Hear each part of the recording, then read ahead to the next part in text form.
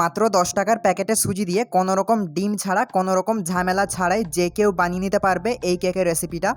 এই কেকটা খেতে এতটাই বেশি মজার হয়, এই কেকটা যদি একবার বানাও এটাই বারবার বানাতে চাইবে। আর এই কেকটা বানানো এতটাই সোজা, যারা প্রথমবার কেক বানাবে তারাও কিন্তু এই কেকটা প্রথমবার ট্রাই করাতেই একদম পারফেক্টভাবে বানিয়ে নিতে পারবে।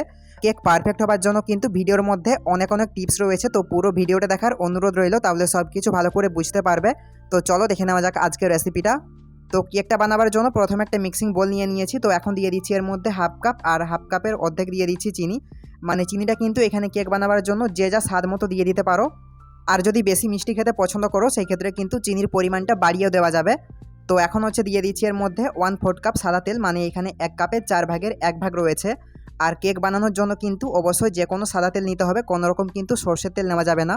সরষের তেল নিলে কিন্তু কেকের মধ্যে সেই সরষের তেলের একটা গন্ধ করবে, সেই ক্ষেত্রে কেকটা খেতে একদম ভালো লাগবে না। তো তেলটাকে দিয়ে দেওয়া হয়ে গেলে এখন সব কিছুকে একটু ভালো করে মিশিয়ে নিচ্ছি।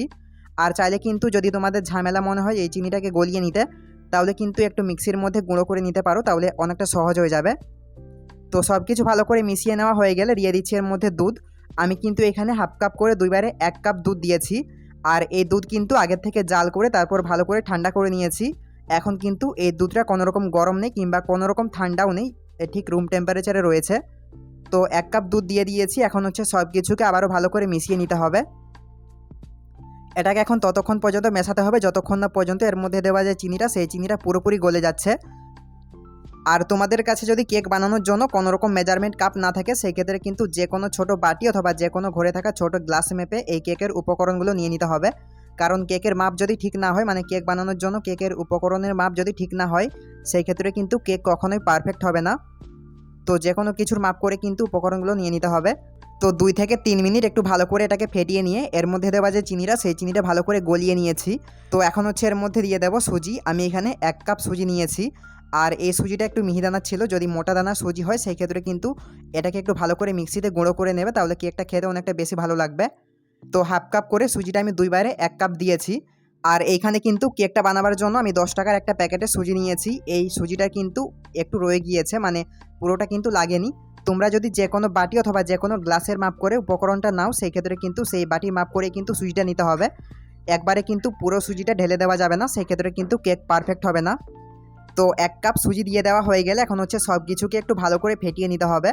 1 থেকে 2 মিনিট একটু ভালো করে ফেটাতে হবে, যাতে সব কিছু একদম ভালো করে মিশে যায়। আর এই সময় ফেটানোর সময় কিন্তু কোনোভাবে এদিক ওদিক করে মেশানো যাবে না, এরকম কিন্তু কিছু নেই। যেদিক থেকে পারো কিন্তু ফেটিয়ে নিতে হবে। তো সব কিছু ভালো করে মিশিয়ে নেওয়া হয়ে গেলে এখন সুজিটাকে ঢাকা দিয়ে 10 মিনিট আমি এক সাইডে রেখে দেবো। এতে করে কিন্তু সুজিটা একটু ভালো করে অ্যাক্টিভ হয়ে যাবে বা সুজিটা ভালো করে ফুলতে পারবে। তো 10 মিনিট রেখে দিচ্ছি। তো এখন যে বাটিতে কেকটা বানাবো সেই বাটিটাকে রেডি করে নিতে হবে। তো কেকটা বানাবার জন্য আমি নিয়েছি এরকম একটা ছোট অ্যালুমিনিয়ামের বাটি। তোমাদের হাতের কাছে যেরকম বাটি আছে তোমরা কিন্তু সেই রকম বাটি এখানে কেকটা বানাবার জন্য নিতে পারো। তবে যারা প্রথমবার কেক বানাবে তারা কিন্তু এখানে স্টিলের বাটি নেবে না, সেক্ষেত্রে কিন্তু কেকটা পুড়ে যাওয়ার অনেকটা বেশি সম্ভাবনা থাকে স্টিলের বাটিতে। এরকম যে কোনো ছোটো অ্যালুমিনিয়ামের বাটি নিয়ে নেবে, তাহলে কিন্তু ভালো হবে। তো এখন এই বাটির মধ্যে অল্প করে সাদা তেল দিয়ে দিয়েছি। তেলটাকে দিয়ে দেওয়া হয়ে গেলে এখন বাটির চারপাশে তেলটা ভালো করে মাখিয়ে নিতে হবে। তো তেলটা বাটির চারপাশে ভালো করে মাখিয়ে নিয়েছি। এখন নিয়েছি এরকম একটা সাদা কাগজ। আর এই কাগজটা কিন্তু এরকম গোল করে বাটির মাপ করে কেটে নিয়েছি। আর কেক বানানোর জন্য কিন্তু এখানে যে কোনো সাদা কাগজ নিতে হবে। কাগজের মধ্যে যদি কোনো রকম লেখা থাকে সেই কাগজ কিন্তু নেওয়া যাবে না, কারণ যদি কাগজের মধ্যে লেখা থাকে সেই কাগজটা নেওয়া হয় তাহলে কিন্তু কেকটা বেক হওয়ার পর সেই কাগজের লেখাটা কেকের মধ্যে লেগে যাবার অনেকটা বেশি সম্ভাবনা থাকে, তাই সেই কাগজ কিন্তু না নিলেই ভালো। তো কাগজটাকে এখন বাটির মধ্যে ভালো করে বসিয়ে দিয়েছি। এখন আবারও কাগজের উপরে তেল দিয়ে দিচ্ছি। তেলটা দিয়ে এখন আবারও ভালো করে মাখিয়ে নিচ্ছি, এতে করে কিন্তু কেকটা বাটি থেকে খুব সহজে উঠে আসবে, বাটির মধ্যে কিন্তু আর লেগে যাবে না। তো তেলটা মাখিয়ে নেওয়া হয়ে গেলে কিন্তু কেকের জন্য কেকের বাটি একদম রেডি। এখন এটাকে এক সাইডে রেখে দিতে হবে। এখন যে হাঁড়িতে কেকটা বেক করব সেই হাঁড়িটাকে আগের থেকে রেডি করে নিতে হবে। তো এই জন্য চুলে একটা হাঁড়ি চাপিয়ে দিয়েছি। হাঁড়িটা যখন ভালো করে গরম হয়ে যাবে তখন দিয়ে দিচ্ছি এর মধ্যে বেশ অনেকটা পরিমাণে বালি। আর এই বালি যদি কারোর হাতের কাছে না থাকে সেই ক্ষেত্রে কিন্তু যে কোনো লবণ এখানে নিয়ে নিতে পারো। তো বালি অথবা লবণ যে কোনো কিছু একটা দিলে কিন্তু কেকটা বেক করতে অনেকটা বেশি সুবিধা হয়। তো বালিটাকে হাঁড়ির চারপাশে ভালো করে ছড়িয়ে দিয়েছি। এখন নিয়েছি এরকম একটা স্ট্যান্ড।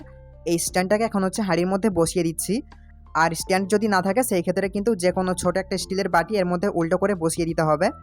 তবে সরাসরি কিন্তু বালির উপরে কখনোই কেকের বাটি বসিয়ে দেওয়া যাবে না, সেই ক্ষেত্রে কিন্তু কেক পুড়ে যাবে। তো এখন হাঁড়ির ঢাকনাটা বন্ধ করে দিচ্ছি। আর ঢাকনায় কোনো ছিদ্র থাকলে সেটা অবশ্যই একটা কাগজ দিয়ে বন্ধ করে দিতে হবে। তো এখন চুলার আঁচ একদম হাইতে করে দিয়ে হাঁড়িটাকে ভালো করে গরম করে নিতে হবে। ঠিক ওভেনে কেক বেক করলে যেমন ওভেনটাকে আগে থেকে প্রিহিট করে নিতে হয়, ঠিক সেই রকম কিন্তু চুলায় কেক বেক করলে হাঁড়িটাকে আগে থেকে গরম করে এইভাবে নিতে হয়, তাহলে কিন্তু কেক ভালো হয়। তো এখন হচ্ছে শুকনো উপকরণগুলোকে চেলে নেব। তো এই জন্য একটা বাটি নিয়েছি, আর বাটির মধ্যে নিয়েছি একটা ছাঁকনি। তো এখন হচ্ছে দিয়ে দিচ্ছি এর মধ্যে হাফ কাপ ময়দা, আর নিয়েছি এখানে 1 চামচের হাফ চামচ বেকিং পাউডার, আর দিয়ে দিচ্ছি 1 চামচের 3 ভাগের 1 ভাগ বেকিং সোডা মানে খাবার সোডা। ডিম ছাড়া কেক বানালে কিন্তু বেকিং পাউডার এবং বেকিং সোডা এই দুটো দিতে হবে, এই দুটো কিন্তু আলাদা আলাদা জিনিস। তো এখন দিয়ে দিচ্ছি এর মধ্যে 1 চিমটির মতো নুন। এই নুনটা দিলে কিন্তু কেকের স্বাদটা ব্যালেন্স থাকবে। আর যারা মিষ্টি খাবারের নুনটা পছন্দ করো না তারা চাইলে কিন্তু এটা স্কিপ করতে পারো। দিয়ে হচ্ছে সব কিছুকে একদম ভালো করে চেলে নিচ্ছি। আর কেক বানালে কিন্তু শুকনো উপকরণ অবশ্যই ভালো করে চেলে নিতে হবে, তাহলে সব কিছু একদম ভালো করে মিশতে পারবে, ফলে কিন্তু কেকটাও ভালো করে ফুলতে পারবে। তো সব উপকরণ ভালো করে চেলে নিয়েছি। এখন হচ্ছে সেই আগের থেকে যে সুজিটা ভিজিয়ে রেখেছিলাম সেই সুজিটা নিয়ে নিয়েছি। তো সুজিটাকে নিয়ে এখন হচ্ছে সব কিছু আবার একটু ভালো করে মিশিয়ে নিতে হবে, যেহেতু তলায় বসে গিয়েছে সুজিটা। তো 1 থেকে 2 মিনিট আবারও এটাকে একটু ভালো করে ফেটিয়ে নিচ্ছে, এতে করে কিন্তু কেকটা ফুলতে পারবে ভালো করে। আর যদি কেক বানানোর সময় হাতে সময় বেশি থাকে সেই ক্ষেত্রে কিন্তু 20 থেকে 30 মিনিট এই সুজিটাকে রেখে দিতে পারো, তাহলে কিন্তু আরও কেকটা ভালো হবে। তো সব কিছু ভালো করে ফেটিয়ে নেওয়া হয়ে গেলে এখন হচ্ছে দিয়ে দিতে হবে এর মধ্যে সেই আগের থেকে চেলে রাখা শুকনো উপকরণগুলো। তো সবটুকু শুকনো উপকরণ কিন্তু আমি একবারে দিয়ে দিয়েছি। দিয়ে হচ্ছে সব কিছুকে একটা হ্যান্ড উইক্স দিয়ে ভালো করে মিশিয়ে নিতে হবে।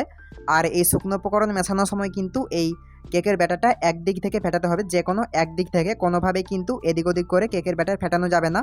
সেই ক্ষেত্রে কিন্তু কেকের ব্যাটার নষ্ট হয়ে যায়, এই নিরামিষ কেকের ব্যাটার। আর ফলে কিন্তু কেক কখনোই পারফেক্ট হবে না বা কেকটা ভালো করে ফুলতে পারবে না।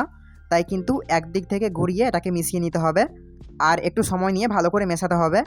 তো 3 থেকে 4 মিনিট আমি একটু সময় নিয়ে কেকের ব্যাটারটা ভালো করে মিশিয়ে নিয়েছি। এখন হচ্ছে দেখিয়ে দিচ্ছি কেকের ব্যাটারের ঘনত্বটা কেমন হবে। যখন এই কেকের ব্যাটারটা একটা চামচ দিয়ে উপর থেকে নিচে ফেলা হবে, আর যখন দেখবে যে এই কেকের ব্যাটারটা 1 সেকেন্ড বা 2 সেকেন্ড পর কেকের ব্যাটারের সঙ্গে মিলিয়ে যাচ্ছে, তখনই বুঝে নেবে কেকের ব্যাটার একদম পারফেক্ট রয়েছে। আর এই কেকের ব্যাটারটা মেশানোর সময় কিন্তু আর কোনো রকম দুধ দেওয়া হয়নি, সেই আগে যে 1 কাপ দুধ দিয়েছিলাম সেই দুধটা দিয়ে কিন্তু সব কিছু ভালো করে মিশিয়ে নিয়েছি। তো কেকের ব্যাটারটা মিশিয়ে নেওয়া হয়ে গেলে সে আগের থেকে রেডি করে রাখা সেই বাটির মধ্যে সমস্ত কেকের ব্যাটারটা দিয়ে দিচ্ছি। দিয়ে হচ্ছে কেকের বাটিটাকে ধরে 1 থেকে 2 বার একটু ঝাঁকিয়ে নিতে হবে, যদি এর মধ্যে কোনো রকম বাতাস থেকে থাকে সেই বাতাসটা বেরিয়ে যাবে তাহলে। দিয়ে হচ্ছে সে আগের থেকে যে হাঁড়িটা প্রিহিট করে নিয়েছিলাম সেই হাঁড়ি ঢাকনাটা তুলে নিচ্ছি। এখন হচ্ছে এর মধ্যে হাঁড়ির মাঝ বরাবর এই কেকের বাটিটা বসিয়ে দিতে হবে। দিয়ে হচ্ছে হাঁড়ির ঢাকনাটা বন্ধ করে দিচ্ছি, তারপর চুলার আঁচ একদম লোতে করে দিয়ে কেকটাকে বেক করে নেব 40 থেকে 45 মিনিট। আর কেক বেক করার সময় কিন্তু চুলার আঁচ কোনোভাবেই বাড়ানো কিংবা কমানো যাবে না, একদম লোতে রাখতে হবে, তাহলে কিন্তু কেক ভালো করে ফুলতে পারবে। তো 10 মিনিট হয়েছে, এখন হচ্ছে ঢাকনাটা তুলে নিয়েছি। এখন এর মধ্যে কয়েকটা কিশমিশ দিয়ে দিচ্ছি, এতে করে কিন্তু একটু দেখতে ভালো লাগবে। আর কেকটা বেক করতে বসিয়ে 10 মিনিট পরে এর মধ্যে কিশমিশ দেওয়ার কারণটা হচ্ছে এতে করে কিন্তু কিশমিশগুলোর ভিতরে চলে যাবে না, কিছুটা হলেও বাইরে থাকবে, সেক্ষেত্রে দেখতে ভালো লাগবে। তো কিশমিশ দেওয়া হয়ে গেলে আবারও কিন্তু কেকটা ঢাকা দিয়ে বেক করে নিতে হবে। তো টোটাল কিন্তু আমি 45 মিনিট এই কেকটা বেক করে নিয়েছি। এখন হচ্ছে ঢাকনাটা তুলে নিচ্ছি। তো দেখো এখন হচ্ছে কেকটা কতটা সুন্দর হয়েছে। এখন কেকটা একটা কাঠি দিয়ে চেক করে নেব কেকটা বেক হয়েছে কিনা। ওই জন্য একটা কাঠি কেকের মাঝখানে ঢুকিয়ে দিয়েছি। তো দেখো কাঠিটা কিন্তু একদম পরিষ্কার বের হয়েছে, তার মানে কেক একদম ভালো করে বেক হয়েছে। আর যদি কাঠির মধ্যে কোনো রকম কেকের কাঁচা অংশ লেগে যায় তাহলে বুঝবে কেক ভালো করে বেক হয়নি, সেই ক্ষেত্রে আবারও 5 মিনিট বেক করে নেবে, তাহলেই হয়ে যাবে। তো এখন হচ্ছে কেকটাকে চুলা থেকে নামিয়ে ভালো করে ঠান্ডা করে নিতে হবে। কেকটা যখন ভালো করে ঠান্ডা হয়ে যাবে তখন হচ্ছে এটাকে বাটি থেকে ছাড়ানোর জন্য প্রথমে একটা ছুরি দিয়ে বাটি চারপাশটা একটু ভালো করে ঘুরিয়ে নিতে হবে, উল্টো সাইডটা দিয়ে ছুরির। তারপর হচ্ছে একটা প্লেটের মধ্যে কেকের বাটিটাকে উল্টে নিতে হবে। দেখো কেকটা কিন্তু খুব সহজে কেকের বাটি থেকে উঠে এসেছে, কোনো রকম কিন্তু লেগে যায়নি। এখন হচ্ছে কেকটা বানাবার জন্য যে কাগজটা দিয়েছিলাম সেই কাগজটাকে তুলে নিচ্ছি। তো দেখো কেকটা কতটা সুন্দর হয়েছে দেখতে, আর কেকটা কতটা বেশি সফট হয়েছে, কতটা বেশি নরম তুলতুলে হয়েছে। তো কোনো রকম ডিম ছাড়া, কোনো রকম ঝামেলা ছাড়াই কিন্তু চাইলে যে কেউ এই কেকটা সম্পূর্ণ নিরামিষভাবে বাড়িতেই বানিয়ে নিতে পারবে। আর এটা কিন্তু খেতে অনেক অনেক অনেক বেশি মজার হয়েছিল। বাড়িতে একবার বানিয়ে দেখো, না হলে বুঝতে পারবে না কেকটা খেতে ঠিক কতটা মজার। তো চলো এখন কেকটা কেটে দেখাই কেকের ভেতরটা কেমন হয়েছে।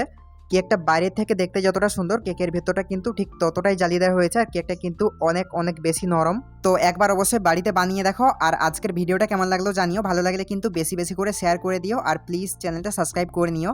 তো আরও দেখা হচ্ছে নতুন কোনো রেসিপি নিয়ে, সেই পর্যন্ত সবাই ভালো থেকো, সুস্থ থেকো। তো চলো আজকের মতো টাটা, বাই।